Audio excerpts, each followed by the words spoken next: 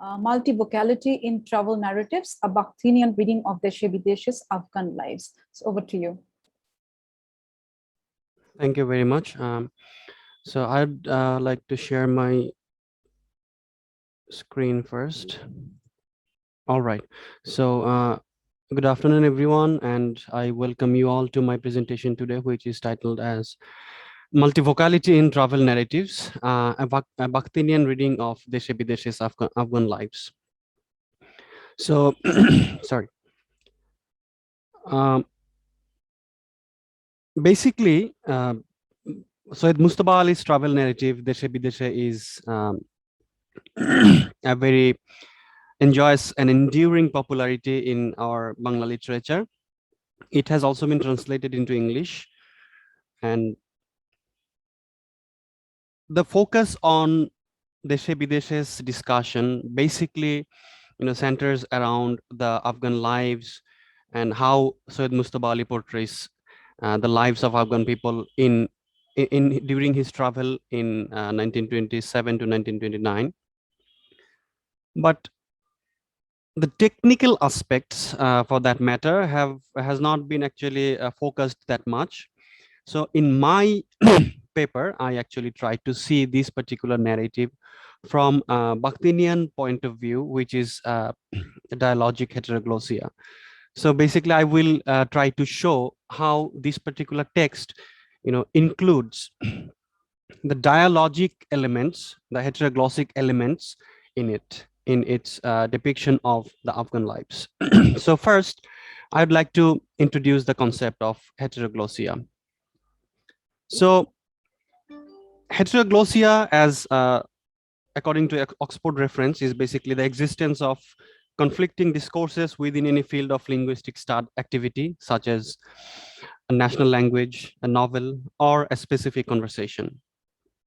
The term actually appears in translations of the writings of the Russian linguistic and literary theorist Mikhail Bakhtin as an equivalent for his Russian term, which is Rajnorish. I'm not sure about the actual pronunciation, which loosely translates into different speechness, if we translate it. So it means this term addresses linguistic variety as an aspect of social conflict, as in tensions between central and marginal uses of the same national language. These may be echoed in, for example, the differences between the narrative voice and the voices of the characters in a novel. So according to Oxford reference, this is what heteroglossia means. So what is special about Bakhtinian heteroglossia? So in his discussion about the aspects of novel, Bakhtin presents the idea of heteroglossia. It's actually, the concept is a very wide one. So I would actually focus on the specificity that I used to describe this, to analyze this particular text.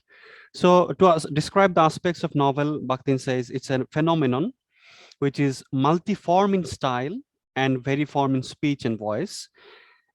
In it, the investigator is confronted with several heterogeneous stylistic unities, often located on different linguistic levels and subject to different stylistic controls.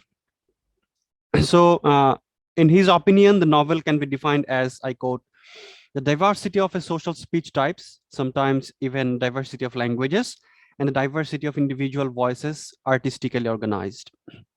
So if you describe, or if we look into the aspects of novel, we understand what it means by diversity of social speech types and how different characters with their own voices are organized within the framework of a novel.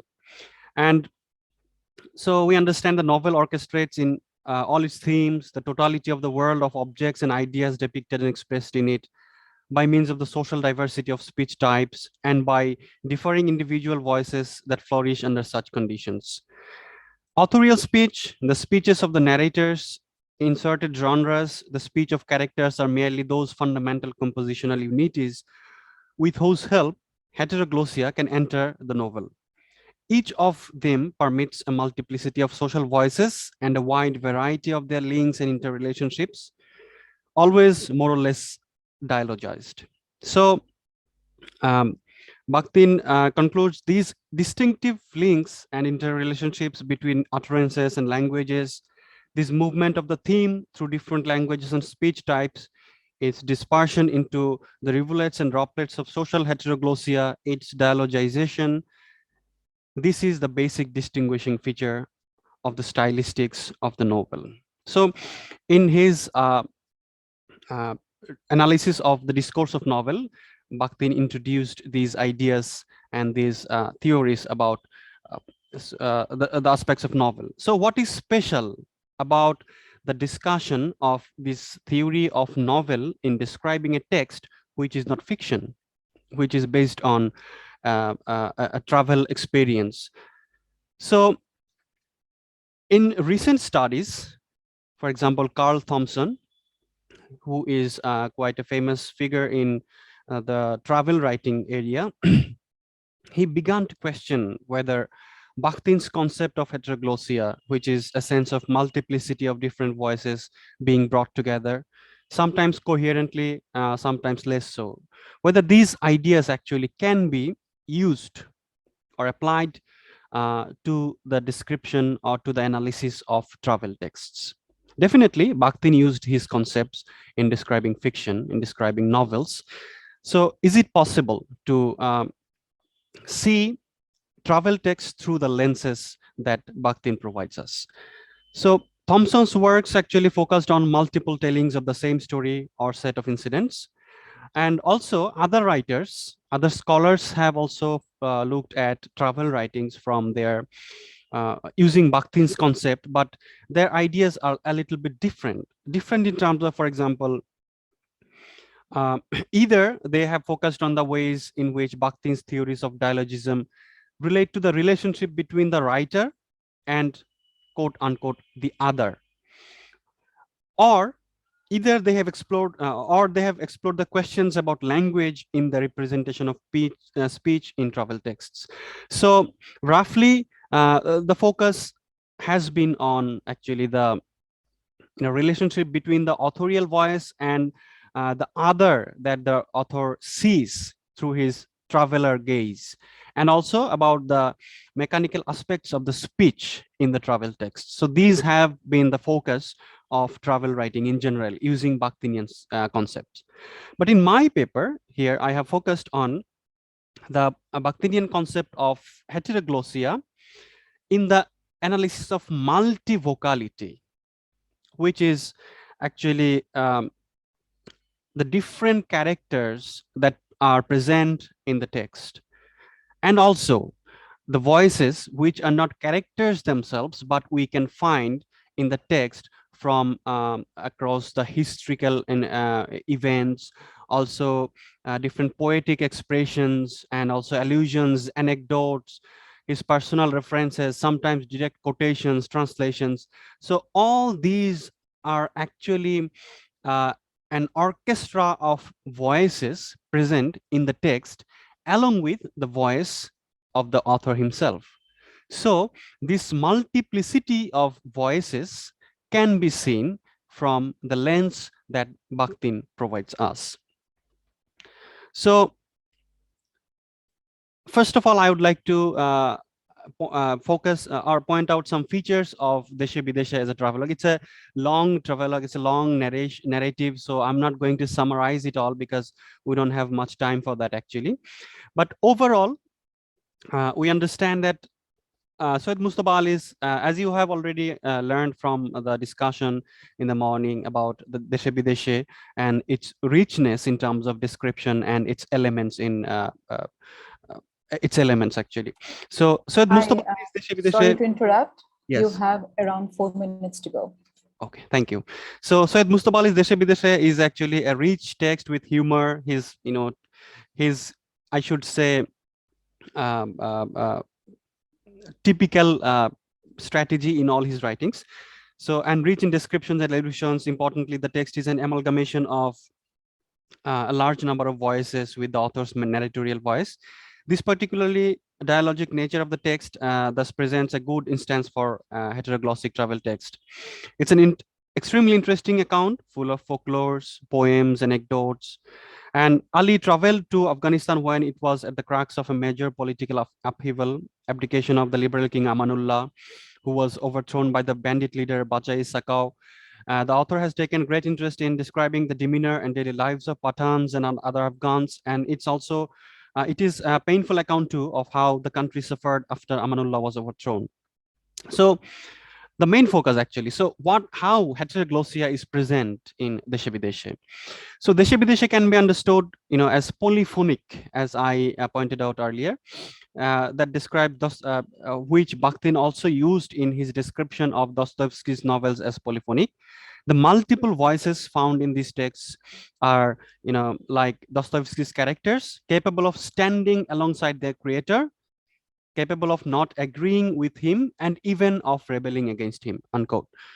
So, although polyphony has been often taken to be synonymous with either dialogism or heteroglossia, it refers precisely to the construction of the voices of characters and narrators in the novels. In the same way, we see in Deshe Bideshe,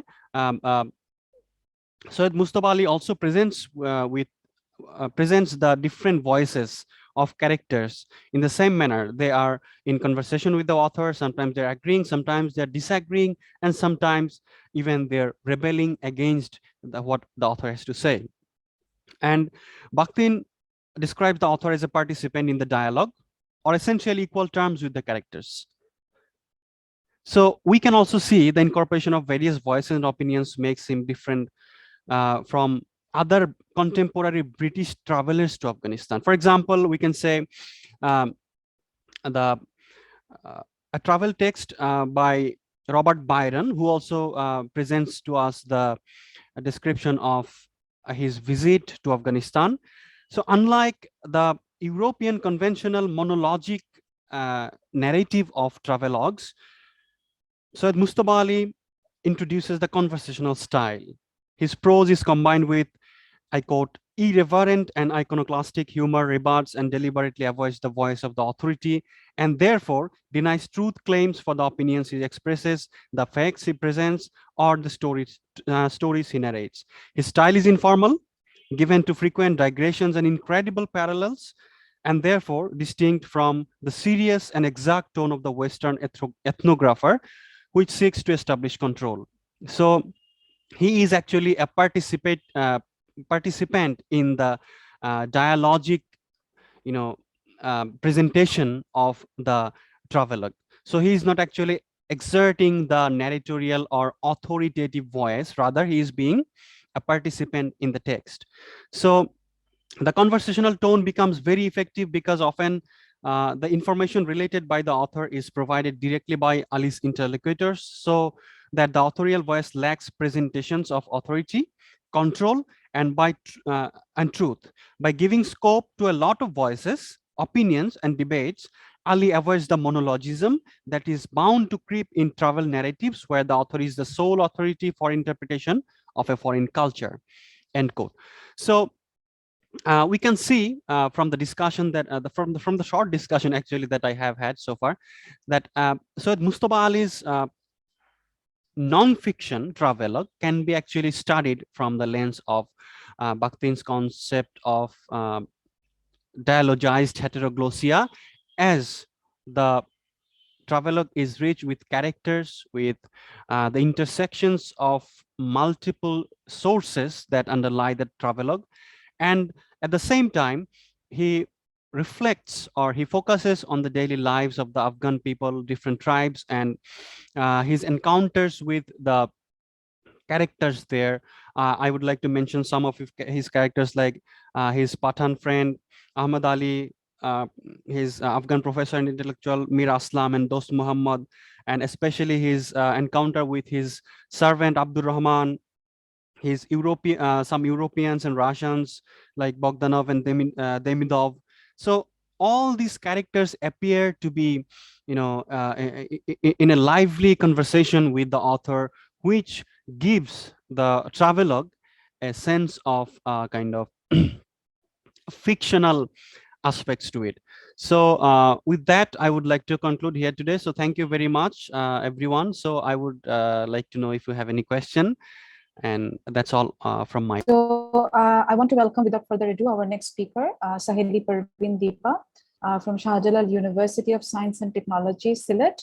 And her paper is titled Afghan Women Inside Mustabali's Deshe Bideshe and the Question of Agency and Intersectionality. So over to you, Saheli. Thank you for giving me the chance to talk on the, on my paper that is titled as Afghan Women as presented in Syed Mustafa Ali's Deshe Bideshe and the question of agency and intersectionality. So the first and foremost part of my discussion will be basing on Afghan women, with a question mark, definitely, like Afghan women or Afghan women. So, I'm very much afraid of generalizing this term. And that's why I'm, starting with a critical look at the term. And as my paper will be showing, the context of as I'm dealing with the text, Syed Mustafa Ali's Deshe Bideshe, which was written during his experience, the writer's experience, basing on 1927 to 1929 happenings of Afghanistan at that time. Though the writer gives us a very brief encounter with Afghan women, actually. Whatever references, whatever anecdotes he shares in that text, that will be my starting point. Like as the part of my title is basing on the question of agency and intersectionality, one might ask me the question that where did you find that, exhibition of agency in that text? And that is the topic of my exploration in this paper. So let me point out some lines from my, abstract. That I want to explore the image of Afghan women, which will render a complex understanding of the Afghan women asserting their agencies in different contexts, questioning the Western defined liberation and admitting the complex nexus between political, economic, and ethnic issues. Instead of providing a very monolithic, singular, universal category that Chandra Tolpare Mohanty warns us of, like I'll be guided by her warnings that not to generalize, not to portray a very monolithic picture of Afghan women here. Sorry,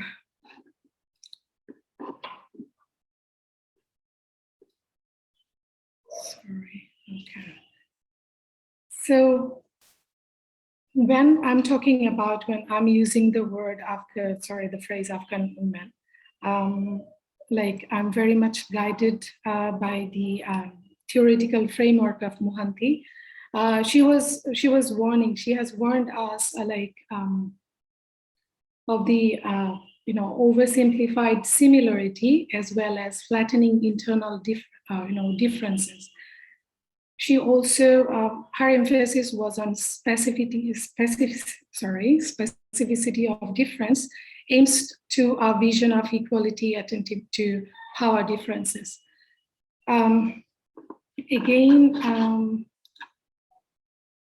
Okay, so this is the point I want us to start it with. There's two anecdotes while I was encountering these contemporary issues regarding Afghan women. That is getting our notices in digital spaces frequently during this couple of months. So I want to share these two incidents, though both of it might be very familiar with you all. The first news I want to share with you that amid these adversities, like the Afghan girls are facing nowadays, like they are forced to quit their schools, and it's been uncertain, like when they can resume that. Amid this, situation, the girls are learning codes. All right. So these are some of the, like the stories. Like the first one, girls can code. Here, a girl named Zainab Muhammadi. She's a 25-year-old girl, and like she has resorted to online medium of classes in order to continue her effort to be self-dependent and to, in some sense, to be the breadwinner of her family. Though there is a chance, life-threatening chances awaiting for her, but still she is desperate to learn that. And some other women like, Zaumai Khandurani, she is running an institution online, like, providing lectures on, coding, through which she has decided to promote and decided to give a platform to all those girls who are desperately seeking for, to exert their voices and to be self-independent. On the other hand, we have another story that is like a kind of movement, if we say, that was started by Bahar Jalali. She is a former history professor. So she started a campaign, or in a sense, a digital movement, titled "Do Not Touch My Clothes." Like through this venture, she is trying to defend Afghan culture, like, against the Taliban ban on, Taliban's strict dress code. Right. So these are the two ways of asserting, agencies. I just want to focus on different, different ways of asserting voices and exercising your power. Like, if I want to quote the first, quotation or the speech of Zainab Muhammadi, she was telling, "It is always said that Afghan women are weak and can do nothing, but I want to prove that we are strong." So she was, in a sense, trying to assert her voice through that continuation of learning against that ban on girls' learning. And on the other hand, Bahar Jalali, who it can be assumed from her status that, she is from a very privileged background, and she has started that campaign, wearing traditional Afghan dresses and asserting that this is the true Afghan culture, not that, veil or hijab. So I'm just drawing to the attention of that particular I'd like to request you to pay attention to those different ways of asserting voices. Like, it's not like we cannot generalize Bahar Jalali's one telling that this is the condition of all Afghan women, like the way they can assert, like, she cannot be generalized as the voice of Afghan women. At the same time, Zainab Muhammadi's voice cannot be essentialized as the, universal, generalized picture of all Afghan girls. Like, both of them, like, they are speaking from very different platform and perspective, and they have their own way of asserting their voices. So these are the nuances I'm trying to look for in the text of Syed Mustafa Ali's, Deshe Bideshe. Again, there is another point, I'll be looking at, that is intersectionality. That phrase was coined and popularized by a legal scholar, Kimberly Crenshaw. Like, when, women of color or feminist women of color and anti-racist movements were struggling to accommodate the voice of women of color, at that time, she came up with that term, intersectionality. Like, she showed how this, like, the question of gender cannot actually truly reflect the, the marginalized voices like women of color. So,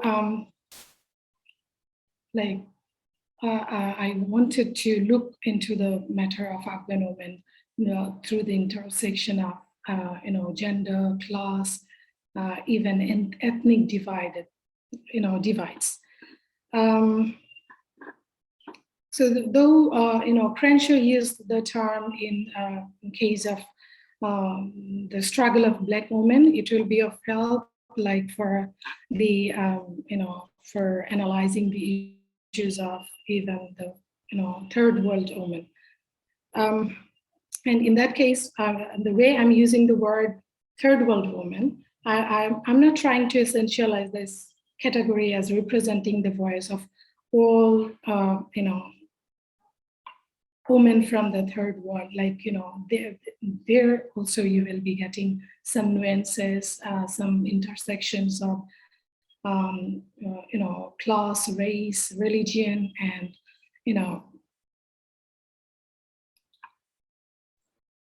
the ethnic divides. Really? You have 3 minutes to go. Okay, I'll be very brief in that case. Okay, so where did I find that, the mention of that woman in Syed Mustafa Ali's Deshe Bideshe? So though it was not his first-hand encounter with that lady, Queen Mother of Amir Amanullah, who was termed or addressed as Wilia Hazrat or Ranima in the writers,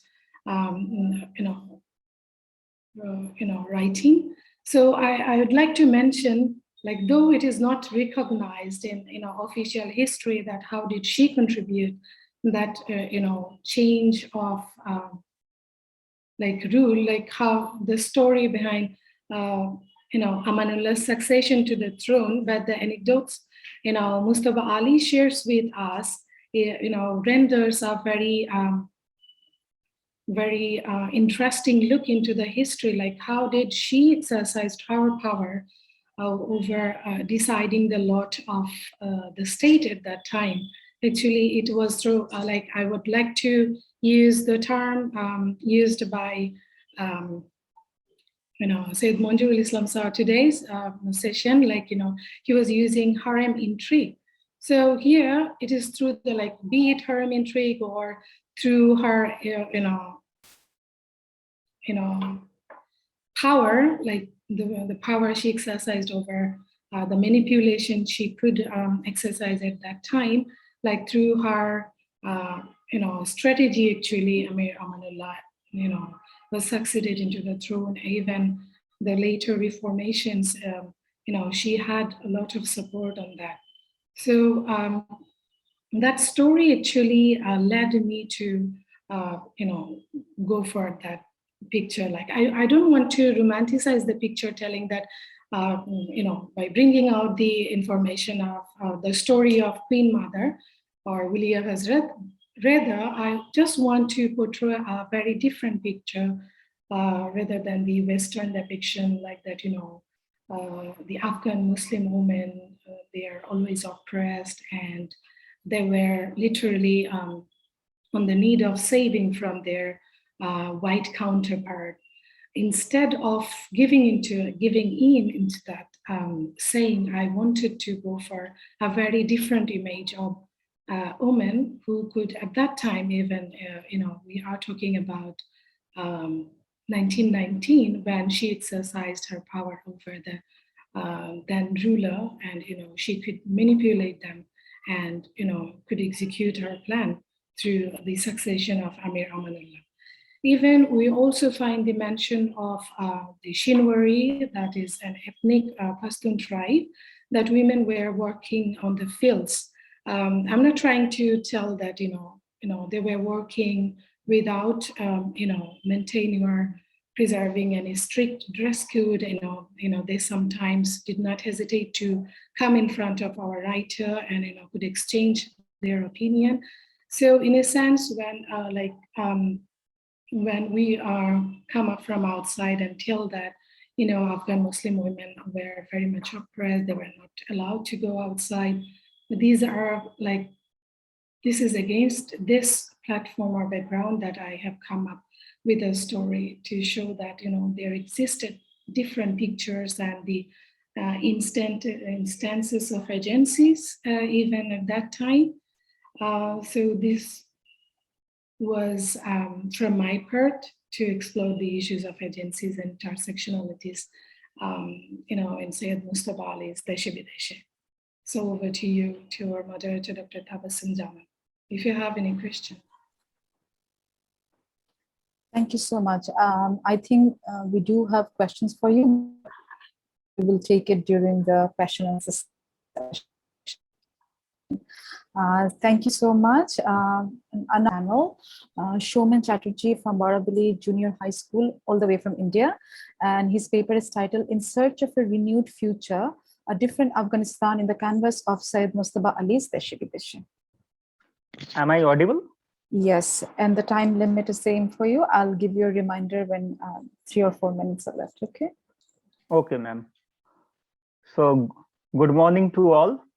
The title of my paper is In Search of a Renewed Future, a Different Afghanistan in the Canvas of Syed Mustafa Ali's Deshe Bideshe.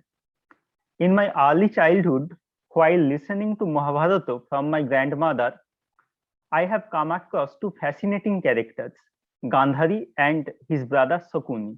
Both of them originally belonged to Gandhar, today's Kandahar. Then, as a student of elementary school, I had read a short story entitled Kabuliwala by Rabindranath Tagore, written originally in Bengali. Not only that short story and Mahabharata legends, but also the school textbook on geography created in me an interest for Afghanistan. Then, while I was in my secondary level, the 9/11 incident took the whole world by storm, and since then, the world powers equated Afghanistan with barbarism and savagery. Afghanistan and Taliban have become synonymous from that point of time, and since then, Afghanistan has been presented as a land of darkness and death, terrorism and militancy in dominant literature and popular films. These popular literary works depict the Afghans in such a negative way as they are all brutes and they are apathetic to the changes that can bring light to the society, demolizing the barriers of conventional customs. But this is not a holistic representation of the truth, as several literary works have also acquainted the readers with a different Afghanistan, and the writers have sought to unearth the central reason lying behind the violent behavior of the Afghans in some occasions. And one such key literary text is Syed Mustafa Ali's travelogue Deshe Bideshe. And here, using this text as my case study, I shall try to explore how here the writer has presented the picture of a different Afghanistan under the regime of King Amanullah.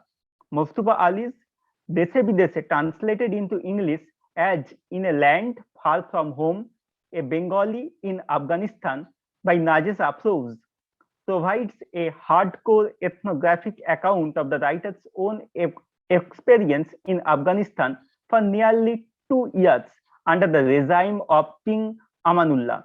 Here he has shown that Amanullah was different from the typical Afghan kings in several aspects, but most palpably his reformative policies in the sphere of education and women emancipation separate him from others. King Amanullah tried to steer his country towards modernity by patronizing Western education in Afghanistan, and Syed Mustafa Ali was at the epicenter of this pet project of the king, under which new schools, colleges, and training institutions were set up. As the writer was at the epitome of this pet project, he had seen the progress and movement of this project from close quarters, and here he has recorded those first-hand experiences minutely. He has recorded how, in order to encourage education among the Afghans, Amanullah opened schools both for the boys and girls, and students were provided with free schooling, boarding, lodging, books, dictionaries, instruments, and even the cost of hiring donkeys to visit the home in the holidays was also provided to them. Here, he has also documented how the king and the queen provided the luminous light of education to the Afghan girls with the hope of providing them freedom from the quote, closed confines of harem, unquote. Even some selected Afghan students, mostly female, were sent to European countries by the king to further their studies. These reformative steps of the king are a clear marker of his liberal modernist outlook. But alas, Eurocentric historiography does not foreground and highlight this modernist outlook of an Afghan king. On the contrary, it shows the Europeans and Americans as the emissaries of light and education in the barren and dark Afghanistan. Apart from this, Amanullah pursued reforms in the field of women liberation also. And here the writer has described how the king was discouraging the use of parda by women at the time. The king publicly declared himself, quote, as a supporter of independence, unquote. And as such, he was against this age-old parda system that was used by the patriarchs to curb the freedom of women, keeping in mind the fact that the possible abolition of the parda might incite religious leaders against him. The king publicly stated that he would support the girls who wouldn't obey this system and would like to come out from the prison house of this parda. Now I am quoting from the text, quote, I am a supporter of independence, so I am ready to help any woman who wants to come out on the streets of Kabul without the veil, unquote. His queen, after his public declaration, also tore veil publicly in a cinematic way. In this way, both the king and the queen Sohara were against the traditional custom that restricts the movement of women. In addition to this reformative aspect, he also banned the conventional Afghan dress for men in Kabul and ordered them to put on Western dress. And this order sounds whimsical as it was out of sync with the situation. Thus, this travelogue reveals that an Afghan king once fought for the modernization of his country and countrymen, both men and women. But some of his decisions were to a great extent whimsical, and he wanted to modernize his country fast. Resultantly, he had to face strong opposition from the religious leaders who, marking him as kafir, incited stubborn tribals against him, and these rebellions forced him to abdicate. In this context, Najes Afroz observes, quote, these reforms prompted resistance from religious leaders who orchestrated a series of tribal rebellions against the Kafir king from the autumn 1928. Unable to rely on the army to halt the spread of rebellion and with political allies, Amanullah was forced to abdicate and left Kabul for Kandahar in the hope of rallying support from his own clan, the Duranis. When this failed, Amanullah left Afghanistan for Italy, where he died. Stop, unquote. In today's films and in the travelogues of the Europeans, there is the tendency to represent the Afghans as an other. But Ali has not defamiliarized the Afghans in his account. Rather, he has highlighted on their hospitable nature and on their intense love of companionship. Their kindness, generosity, and simplicity have been foregrounded here by the author, who mixed with the Afghans minutely and observed their customs and codes of the society closely. Whereas in the travel accounts of the Europeans, like Byron's The Road to Oceania, Afghans and Afghanistan have been defamiliarized. But in Deshe Bideshe, this aura of defamiliarity associated with the Afghans have been shattered. In the words of Abhijit Ghosh, quote, in Deshe Bideshe, exoticism is replaced by familiarization. Ali hopes to familiarize the Afghan to the audiences, and therefore his writing is characterized by the absence of any inverted aura of strangeness, unquote. As Ali mixed closely with the Afghans, he was able to delve deep into the recesses of their character and behavior. Hence, he was able to decipher the reasons lying behind their violent behavior. Lack of fertile agricultural lands, scarce opportunity for business transactions, and their indisposition for business prompted them towards robbery and looting. In this way, Ali has been able to show the real material conditions that goad the Afghans to loot others by violent hands. Ali here has also acquainted his readers with the independent spirit of the Afghans. The fact that the Afghan government still had not issued passports to the Christian missionaries to carry out their projects in Afghanistan incites the spirit of nationalism in the author also. The historical fact that King Amanullah, quote, armed with only a few Mughal era guns and cannons, unquote, single-handedly defeated the mighty British provides him excessive mental satisfaction. In fact, here Ali alludes to the Third Anglo-Afghan War, in which Amanullah defeated the mighty British in 1919 and took control of the political affairs from Britain. Political and foreign affairs from Britain. In his travelogue, the spirit of independence of the Afghans. Mr. Chatterjee, you have 3 minutes to go. Okay, ma'am. That cannot be checked and cowed down by any might has been eloquently eulogized by the author, and his own subjugated Indian self also finds the release in independent Afghanistan. Hence, the note of celebration of the spirit of independence of the Afghans runs throughout this travelogue. Deshe Bideshe is also loaded with the writer's own speculation over the historical connection between India and Afghanistan. Here, he has shown that since the time of Alexander the Great, the Afghanistan acted as a connecting link between India and Greece, and later it also acted as a link between India and Persia. It is through Afghanistan that Greek and Persian culture and architecture traveled to India. Moreover, several Indian kings time and again made Afghanistan a part of India, and the craft of Kufan era clearly present a melange of Greek, Afghan, and Indian artistic styles.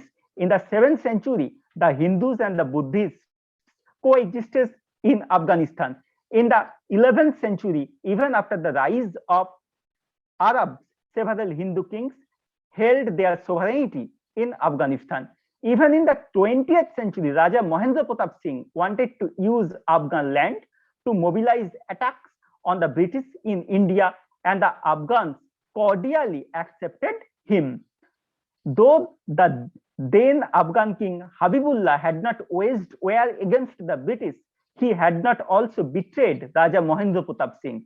Thus, the bond between the Indians and the Afghans have never been torn asunder, and the writer, whose free-thinking spirit was augmented by imbibing Tagore's deep faith in international and universal humanism in Santiniketan, here dreamt of a golden future when India and Afghanistan would act in the spirit of brotherhood.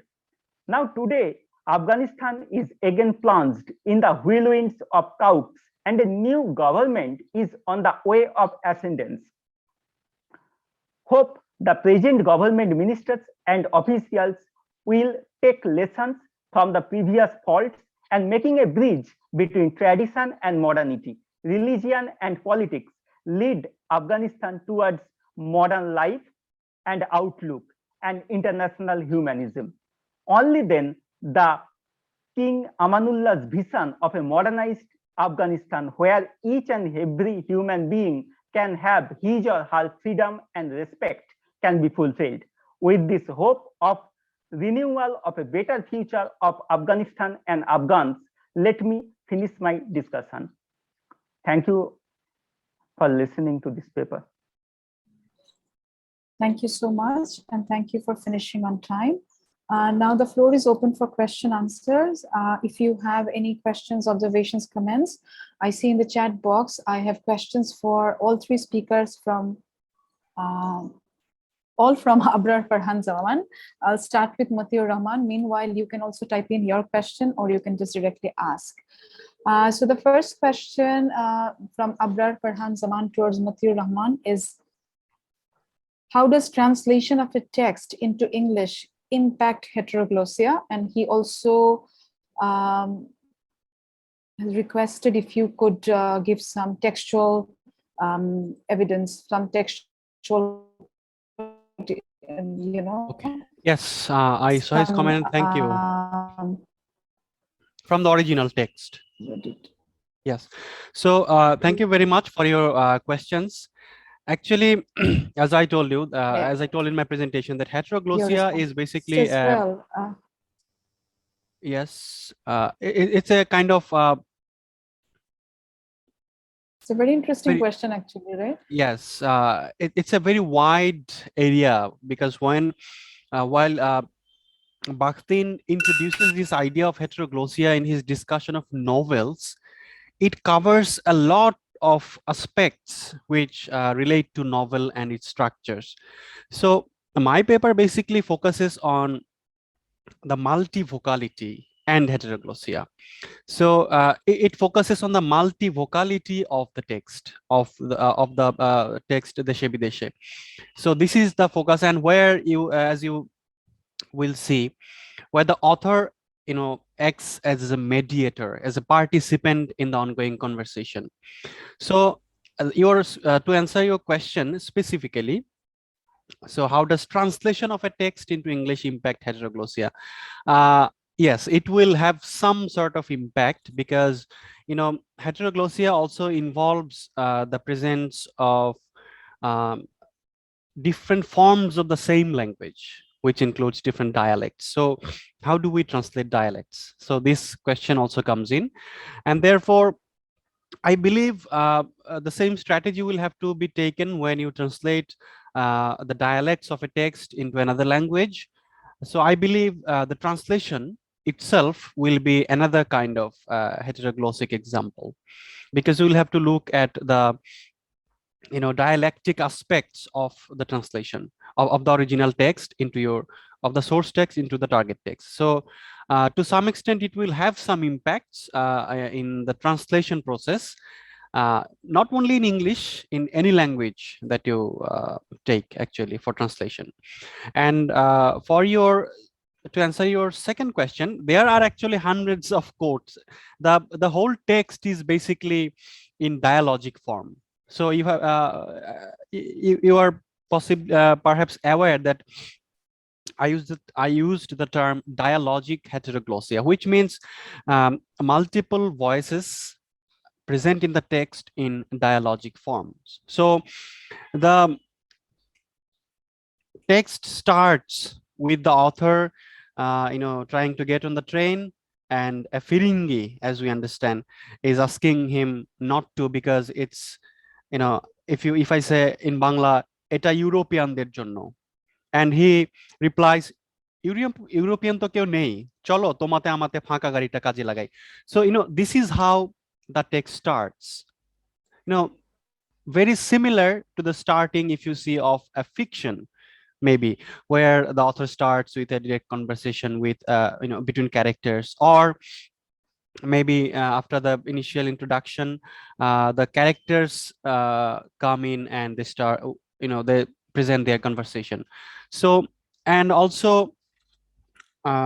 as I told you that Said Mustafa Ali presents many references from many texts, sometimes in translation, sometimes direct quotation. For example, if you look at the end of the fourth part of the text, you will find a very popular and well-known poem, translation in poetic form, for example by Sotyen Dotto, a speech from Prophet Muhammad sallallahu alaihi wasallam, who says, জোটে যদি মোটে একটি পয়সা খাদ্য কিনিও ক্ষুধার লাগে, জোটে যায় যদি দুটি পয়সা ফুল কিনে নিও হে অনুরাগী. So examples of this sort are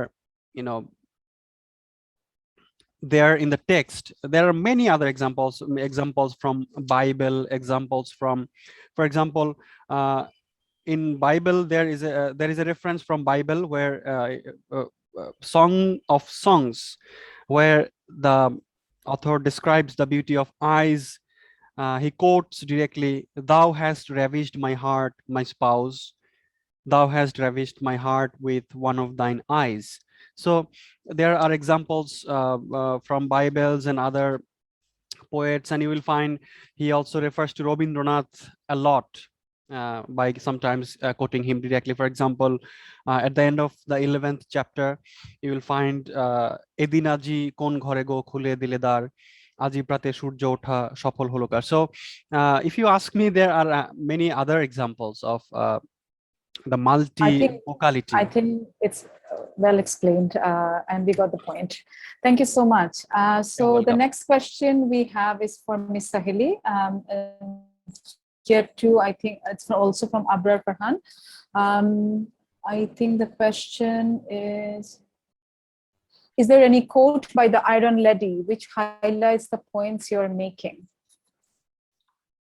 Thank you for the question. Actually, I was also looking for this kind of direct quotation. Unfortunately, we do not get such instances. Otherwise, if anyone is interested to know the detail, I think the chapter 23rd and 24th, both of these chapters actually contain the story of the mechanism, the role she played behind the succession of